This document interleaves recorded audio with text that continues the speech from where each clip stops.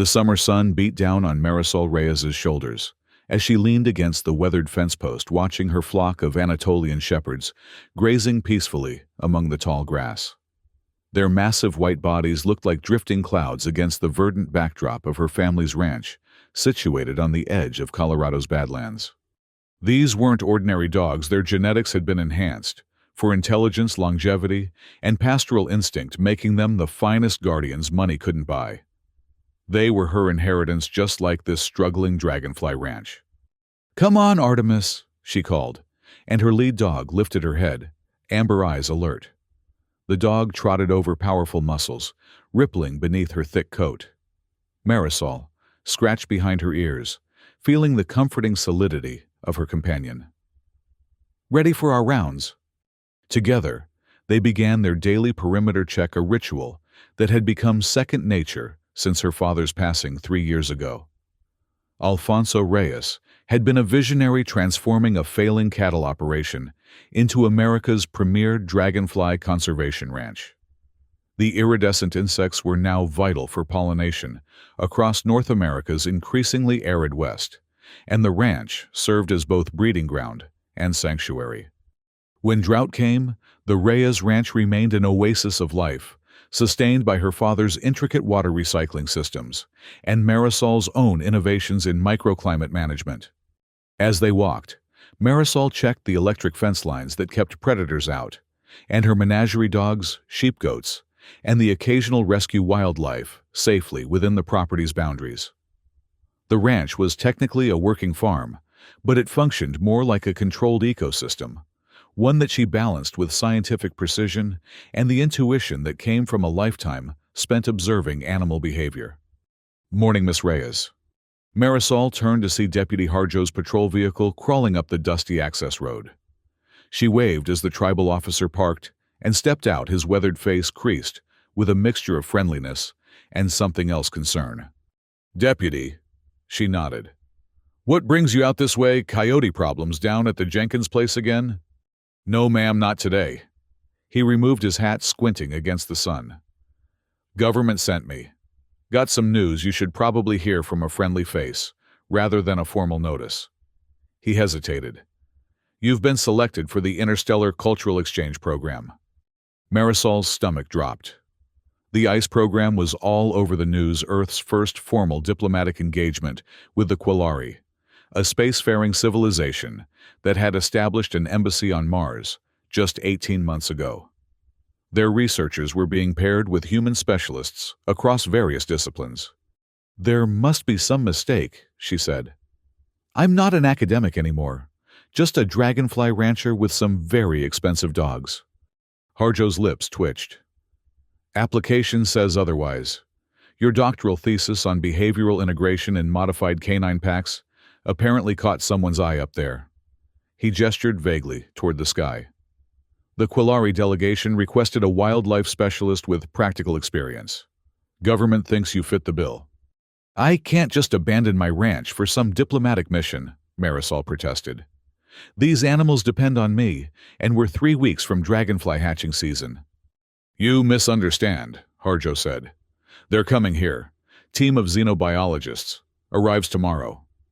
Marisol stared at him, the implications sinking in. "Here to my ranch, why?" "They're particularly interested in Earth's fauna. Been calling our animals decorative fauna in all their communications." Harjo's expression was carefully neutral.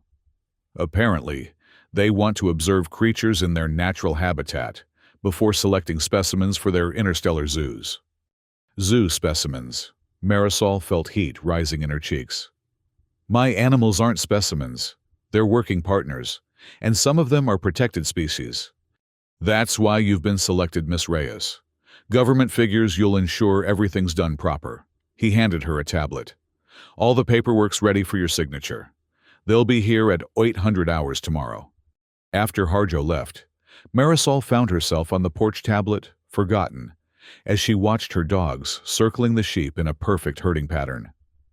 Artemis orchestrated the movement with subtle posture changes, demonstrating the intelligence that made these animals so exceptional. They weren't props or pets, they were the culmination of thousands of years of coevolution with humans, refined by careful breeding, and yes, some genetic optimization.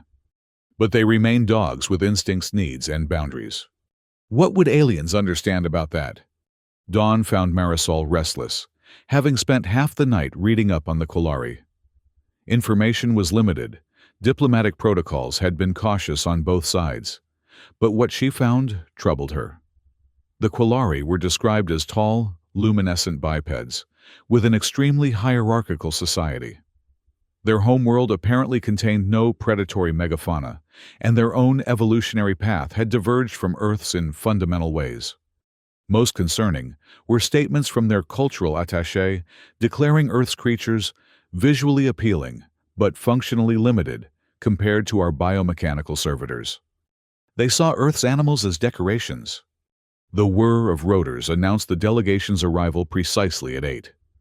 Marisol stood at the edge of her property as a sleek transport descended the air, rippling with heat distortion around its silver hull.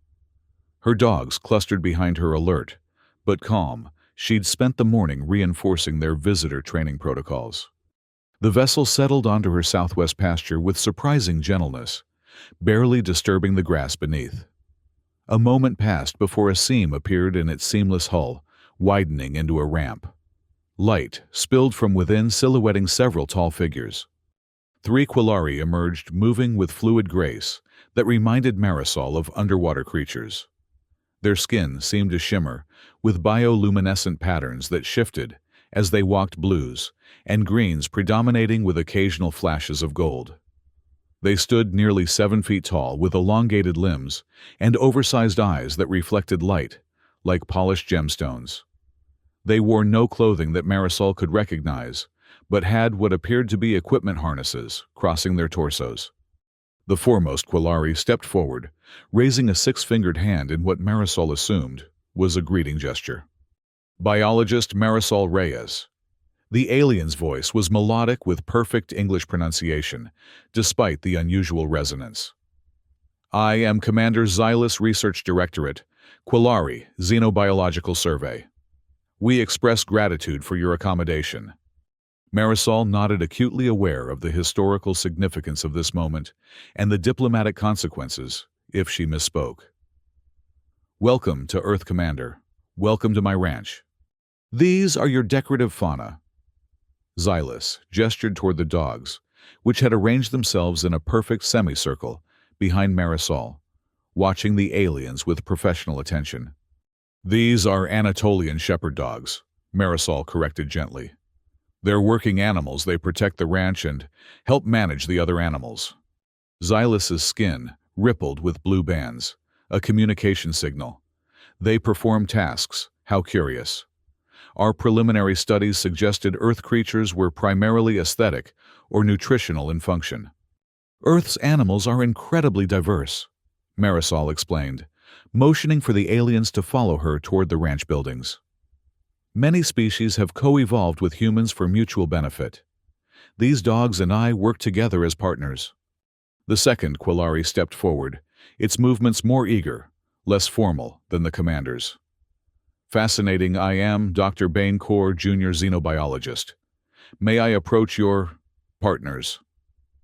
The alien skin pulsed with rapid patterns of pale green, which Marisol interpreted as excitement. Slowly, please, Marisol cautioned. They're friendly but cautious with strangers. Let them come to you. As they walked toward the main compound, Marisol signaled to Artemis, who approached with dignified caution. Dr. Core crouched, extending a hand, palm up, a gesture that suggested someone on the Quillari team had done at least basic research on human-canine interactions.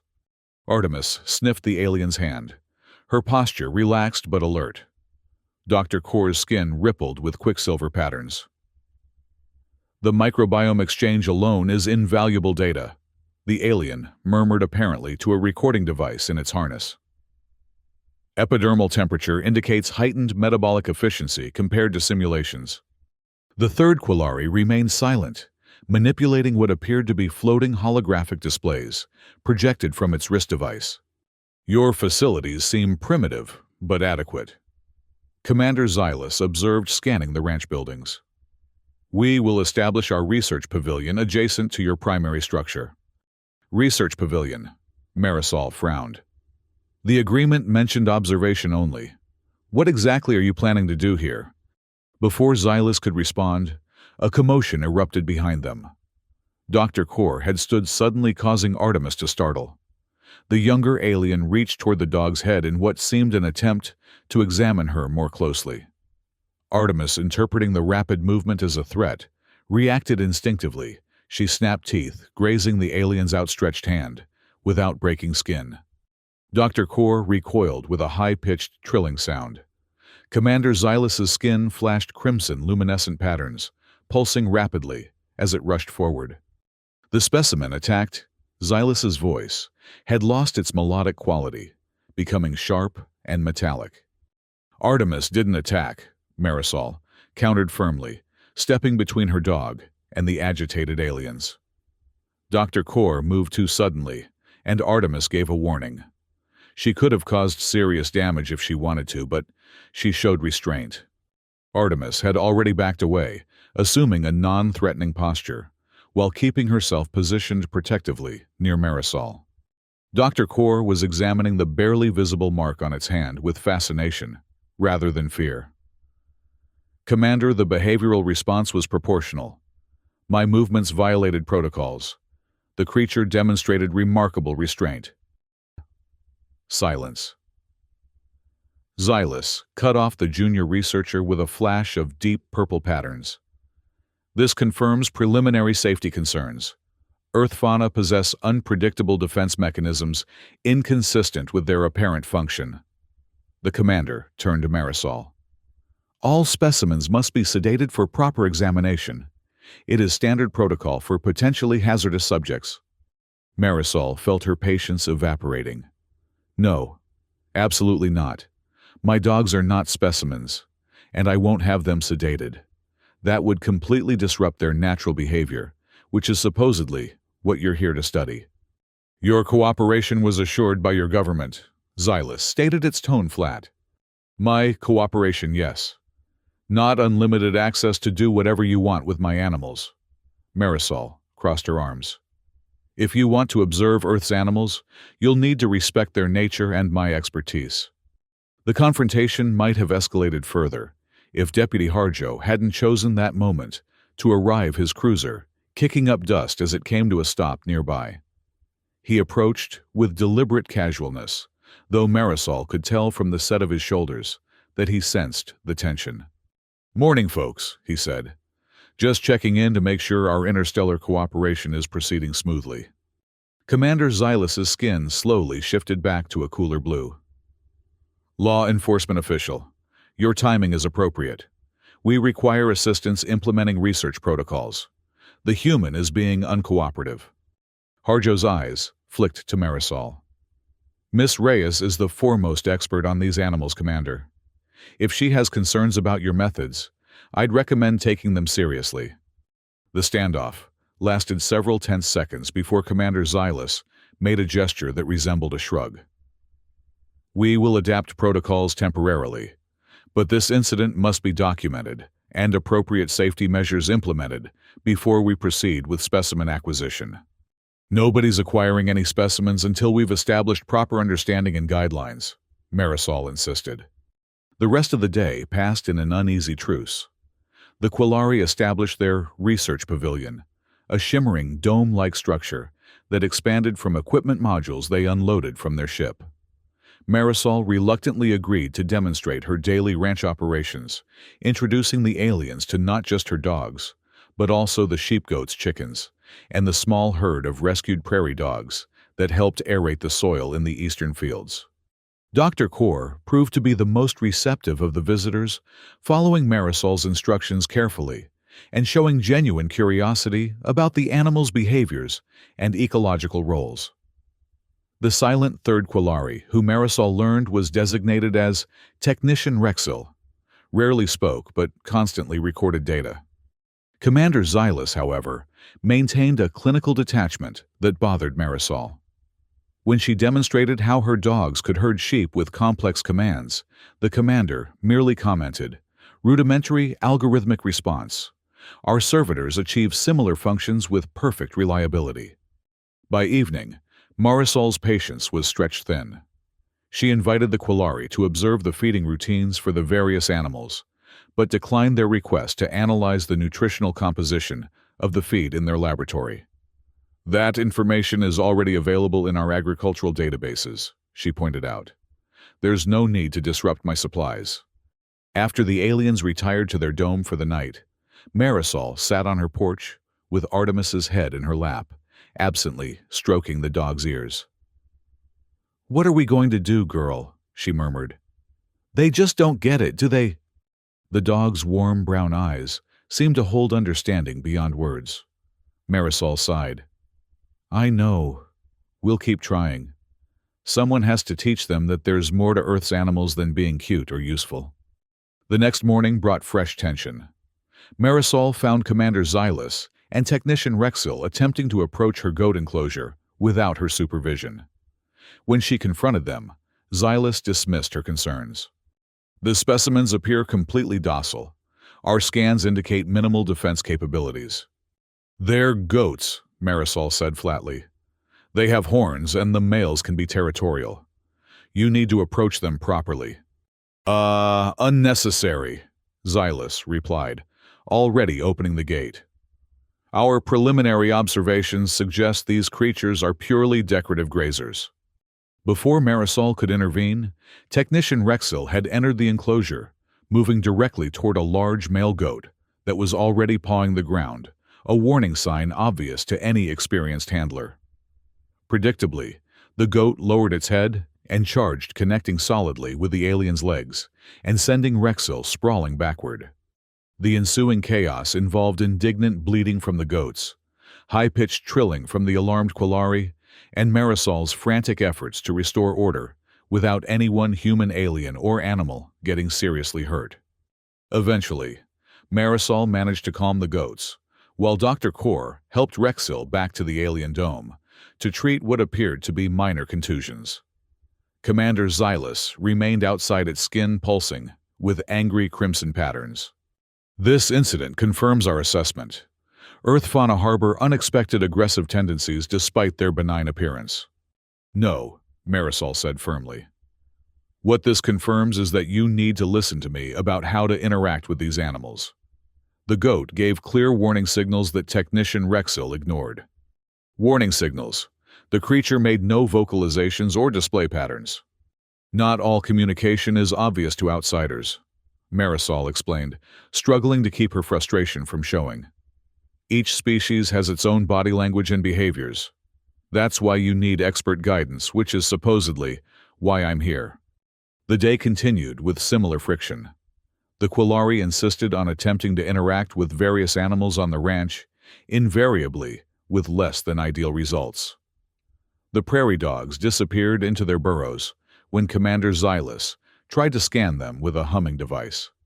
A sheep panicked when Technician Rexil attempted to collect a wool sample, leading to a minor stampede that required Marisol and her dogs to contain. Dr. Kor seemed to be the only one genuinely trying to understand Earth's creatures on their own terms. The junior xenobiologist spent hours quietly observing the dragonflies, marveling at their aerial maneuvers and iridescent coloring. "They share no genetic lineage with our world's flyers," Kor commented, "yet evolved similar solutions to flight dynamics. Convergent evolution across star systems. Remarkable."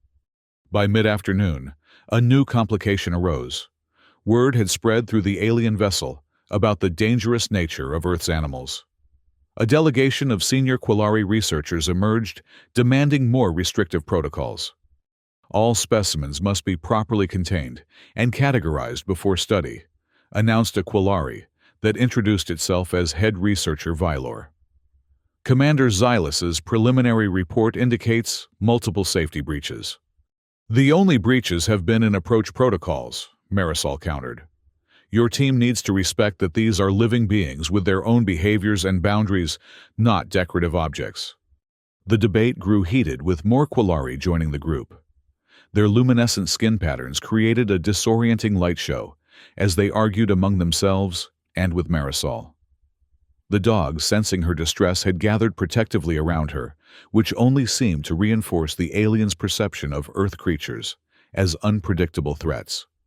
Deputy Harjo arrived summoned by an alert from Marisol's communication device.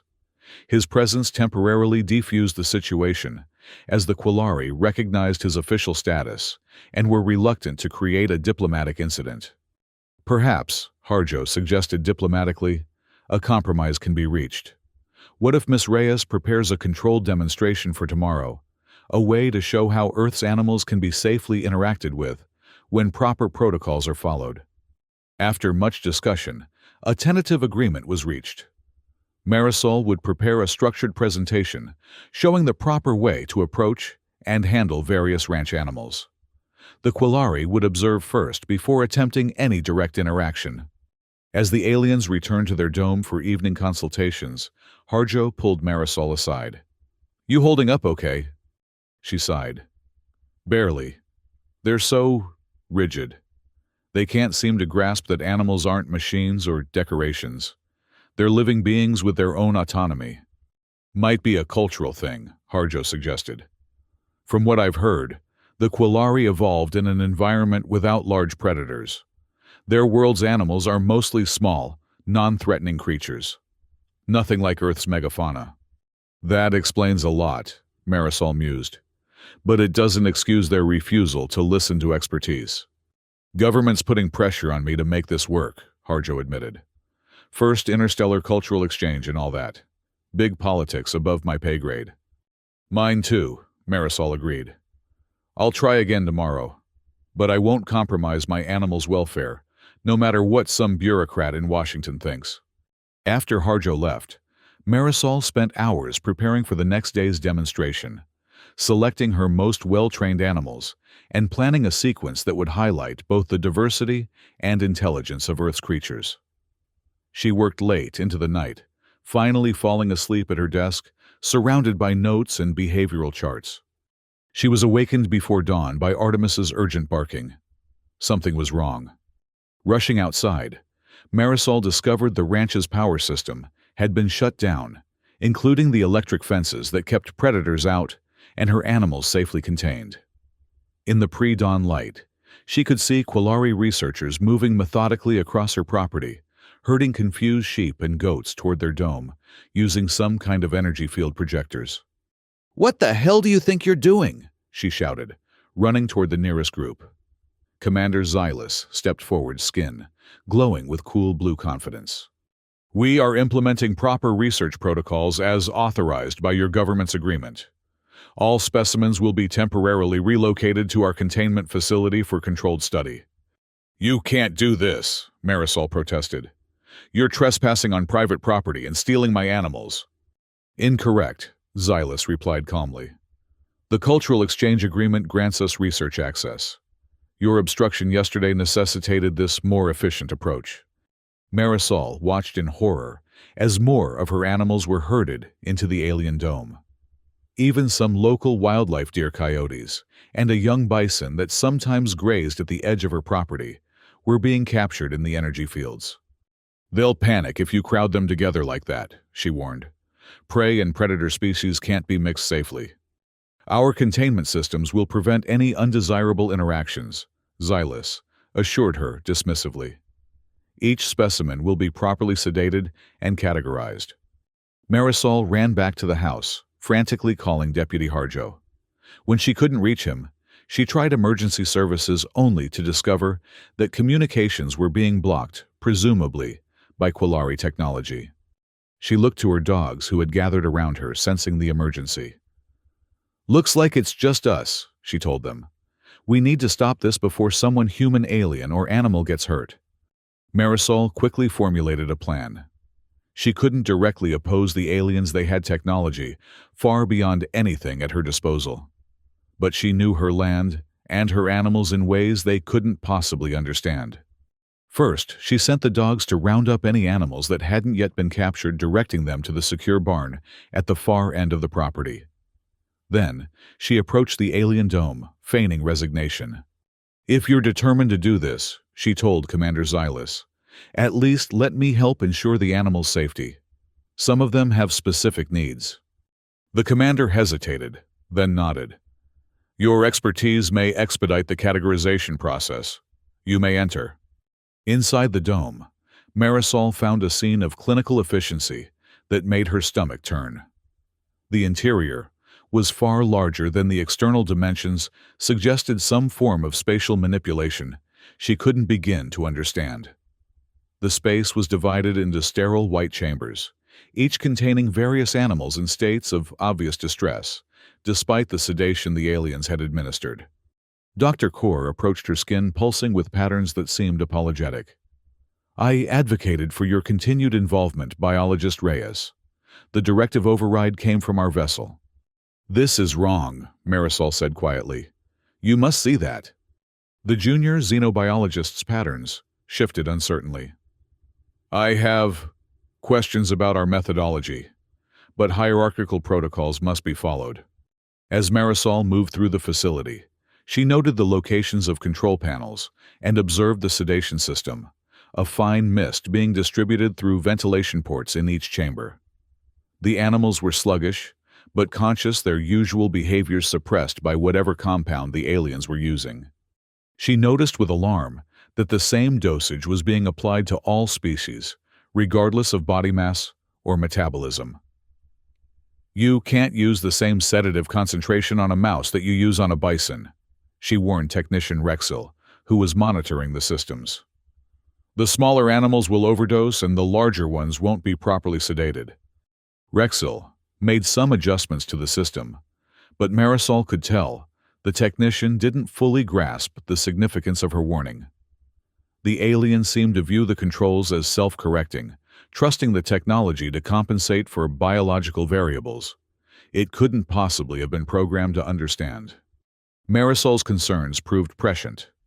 Within an hour, she noticed signs of sedative overdose in some of the smaller animals, while the larger ones, particularly the bison, were beginning to resist the effects, showing increasing agitation. The systemic parameters are fluctuating. Technician Rexel announced, frantically adjusting controls as warning symbols flashed across holographic displays. Metabolic responses exceed predicted ranges. Commander Xylus strode over, skin flashing with irritation. Compensate and stabilize. I'm trying, Rexel responded, but the baseline calibrations weren't designed for such physiological diversity. Dr. Kaur joined them, examining the readings with growing alarm. The sedative compound is interacting unpredictably with varying body chemistries. We need to evacuate and recalibrate. Unacceptable, Xylus declared. Increase containment field strength. The specimens must be properly processed. Marisol watched in growing horror as the situation deteriorated. The small animals, prairie dogs, rabbits, even some of her chickens were showing signs of severe distress from sedative overdose. Meanwhile, the larger animals were becoming increasingly agitated as their bodies fought off the effects, their movements growing more erratic within the confined spaces. You need to stop this now, she insisted. Release them back to their habitats before... A deafening alarm cut her off as red emergency lighting flooded the dome. One of the holographic displays expanded dramatically, showing a critical failure in the sedative distribution system.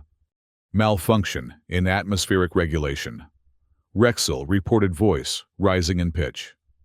Cross-contamination in sedative reservoirs has created an unintended chemical accelerant. Meaning what? Xylus demanded. Meaning instead of sedating the animals, you're stimulating them, Marisol translated, already moving toward the nearest containment field controls. And they're going to panic. As if on cue, the bison in the largest chamber let out a bellow that seemed to shake the entire facility. The massive animal charged the transparent barrier, its hooves striking with enough force to create a spiderweb of cracks across the surface. Impossible, Xylus exclaimed. Those barriers are rated for forces exceeding... The barrier shattered as the bison charged again, sending fragments flying across the chamber. Alarms blared louder as containment field after containment field began to fail. Whether from the force of panicked animals or cascading system failures, Marisol couldn't tell. Chaos erupted.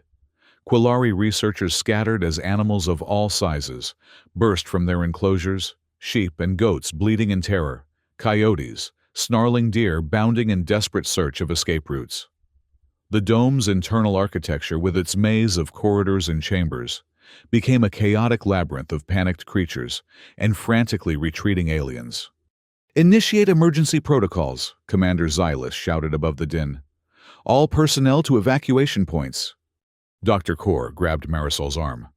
"You must come with us. The specimens have become unmanageable." Marisol pulled away. "They're not specimens.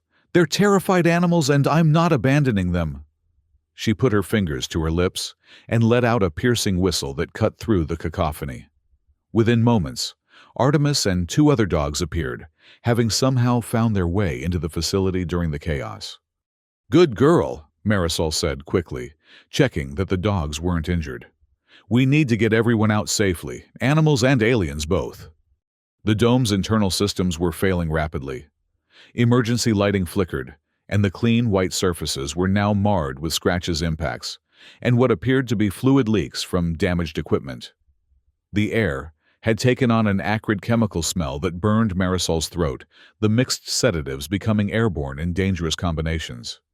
"The atmospheric contamination will reach toxic levels in approximately 12 minutes. Rexil announced, checking a wrist device. "Structural integrity is compromised." "Then we need to evacuate now," Marisol said firmly. "All of us, including the animals." Xylus seemed about to object when a tremendous crash echoed through the facility. The bison had found its way into what appeared to be a central control chamber and was systematically destroying equipment in its panicked state. "Central containment controls damaged," Rexil reported. "Field generators failing throughout the structure." "Where's your emergency exit?" Marisol demanded.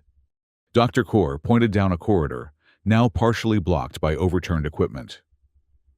"The primary evacuation point is through the south quadrant, but with containment fields down, it's directly in the path of multiple specimens." "Then, we'll clear a path," Marisol decided. She turned to her dogs, giving a series of hand signals and vocal commands that sent them racing ahead. To the aliens' evident amazement, the dogs immediately began implementing a herding pattern, creating a controlled channel through the chaos. "Follow me," Marisol instructed. "Stay close and move calmly, no sudden movements." The journey through the failing facility was harrowing. Corridors that had been pristine white were now slick with spilled fluids and scattered debris. The air grew increasingly difficult to breathe as environmental systems failed. Twice, they had to detour around passages blocked by larger animals or structural damage. Throughout, Marisol's dogs performed with remarkable precision, keeping frightened creatures from charging the group, while simultaneously guiding them toward exits whenever possible. Artemis took point, her powerful body interposing itself between threats and the evacuation party, while the other dogs worked the flanks. Commander Xylus watched with evident astonishment as Marisol calmly directed operations, speaking in low, steady tones to both panicked aliens and frantic animals. When a young deer threatened to bolt into a damaged section of the dome, she stepped forward with quiet authority, making eye contact and gesturing with deliberate movements until the animal calmed enough to be guided away. "The specimens respond to her without technology," Xylus murmured to Dr. Kaur. "How is this possible?" "I don't believe they're responding to commands in the way our servitors do," Kaur replied thoughtfully. "It's more like communication, partnership."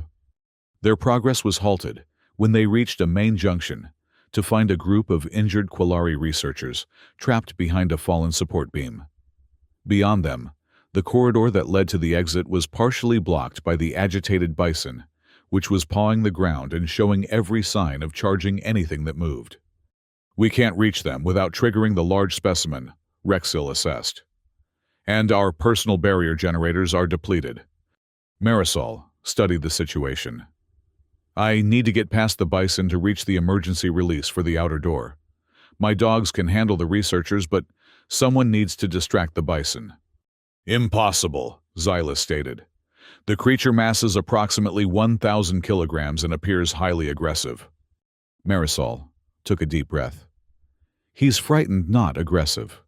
And I know how to approach him. She turned to Dr. Kaur.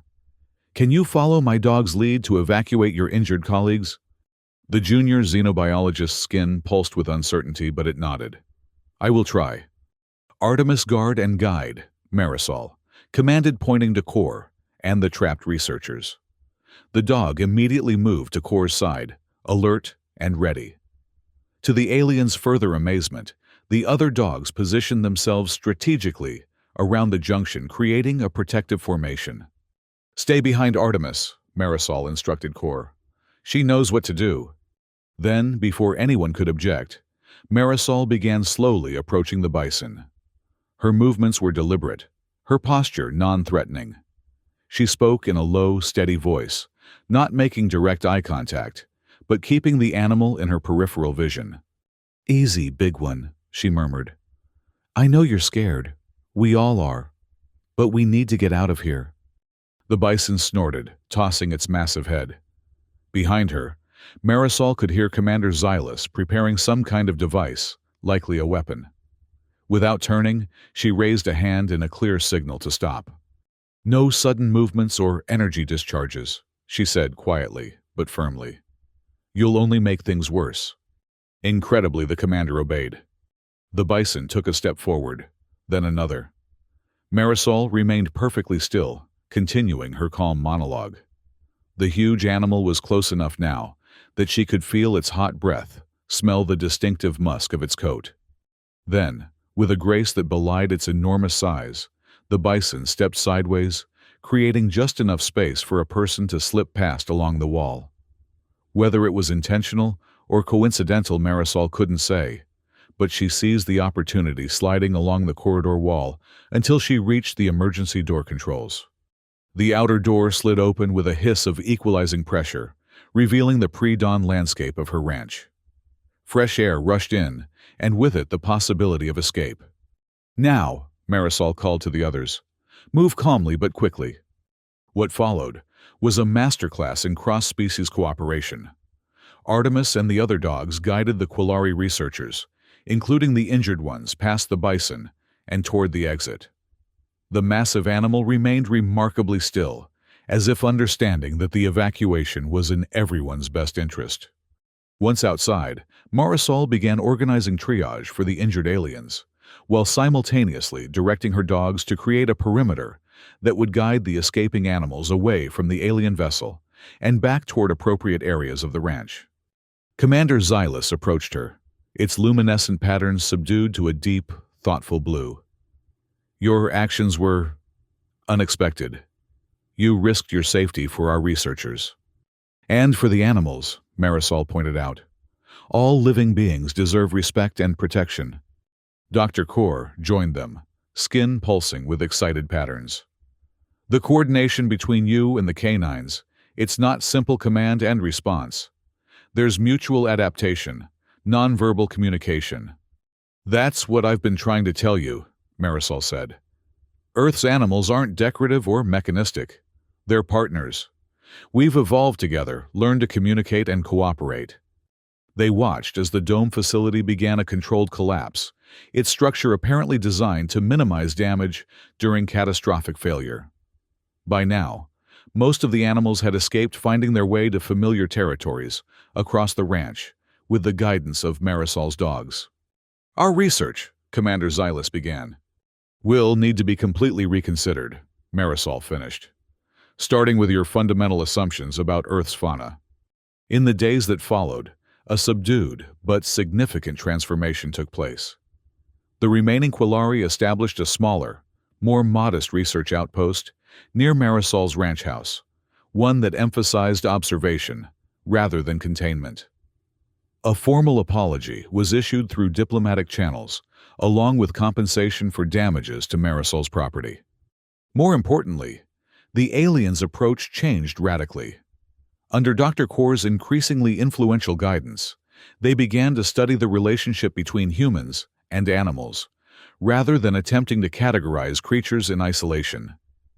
They observed Marisol's daily routines with new appreciation, noting the subtle ways humans and animals communicated, cooperated, and formed bonds.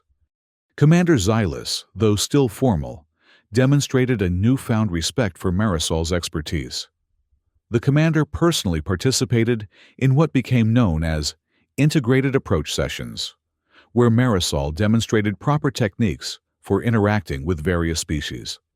The fundamental error in our methodology, Xylus admitted during one such session, was assuming that intelligence and agency operate identically across all biospheres. Our servitors are designed for perfect compliance with minimal autonomous action. We incorrectly applied that template to Earth's evolutionary patterns. Your world evolved differently, Marisol acknowledged. Without large predators, you never needed to develop the same kind of co-evolutionary relationships we have with our animals. A week after the dome collapse, a formal ceremony was held at the ranch. High-ranking Quillari officials arrived from their orbiting vessel, along with human government representatives. Deputy Harjo stood at Marisol's side, occasionally whispering translations of the more obscure diplomatic jargon. In recognition of significant contributions to xenobiological understanding, announced the Quillari ambassador, we hereby designate biologist Marisol Reyes and associated canine partners as honorary research associates of the Quillari Xenobiological Survey. Artemis, standing proudly beside Marisol, received her own ceremonial collar embedded with technology that would allow the dogs to communicate more effectively with the alien systems. Furthermore, the ambassador continued, we withdraw our previous request for live specimen acquisition. Instead, we propose an educational exchange program whereby Quillari researchers will study Terran animal husbandry techniques under biologist Reyes's guidance. The proposed program would bring Quillari xenobiologists to Earth for extended training in proper animal handling and ecological management. In return, Marisol would have access to advanced Quillari technology to support her conservation work with endangered species. It's quite a turnaround, Harjo commented, as they watched the aliens demonstrating their newly acquired skills with a group of calm sheep. From wanting to sedate everything in sight to learning proper herding techniques. They needed to understand that respect goes both ways, Marisol replied. You can't treat living beings as mere objects for study, not if you want to truly understand them. Dr. Core approached its skin, glowing with the soft golden patterns that Marisol had come to recognize as contentment. I have been designated lead researcher for the ongoing exchange program, the alien announced proudly. My thesis on cooperative evolution has been accepted by the directorate. Congratulations, Marisol smiled. I look forward to working with you. The concepts you have introduced have profound implications beyond biology, Core continued. The idea that different species can form partnerships based on mutual respect rather than dominance. It challenges some of our society's fundamental assumptions. Later that evening, as the alien vessel prepared to depart, taking most of the delegation, but leaving Dr. Core and a small research team behind, Marisol stood on her porch with Artemis at her side. The ship rose silently into the darkening sky, its lights merging with the emerging stars. Well, girl, she said, scratching behind the dog's ears. I think we've made some progress. They're starting to understand that there's more to Earth's animals than being cute or useful. Artemis leaned against her leg, a solid presence that represented thousands of years of cooperation between species. In that simple contact was a depth of communication and trust that transcended words, a partnership that had taken generations to build. As the alien ship disappeared from view, Marisol reflected that perhaps this was the most important lesson humans could offer to their new interstellar neighbors. That true understanding comes not from studying life from a distance, but from engaging with it respectfully and recognizing the dignity inherent in all living things. Tomorrow would bring new challenges. Dr. Core had already proposed an ambitious schedule of training exercises, but for now, Marisol was content to watch the stars with her oldest friend secure in the knowledge that their partnership had helped forge a genuine connection between worlds.